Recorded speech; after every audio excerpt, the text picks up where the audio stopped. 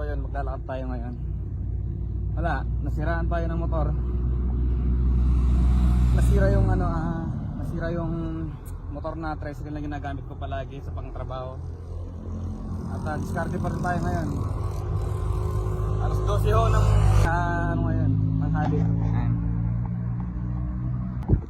Tapos nasiraan pa tayo ng motor. Naka-confine, nasa hospital pa si mama. Wala eh.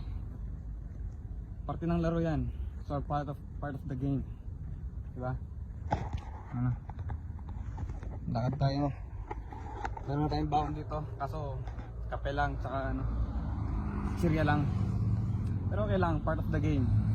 Pero sa laro ng game, kung puro ka panalo, boring.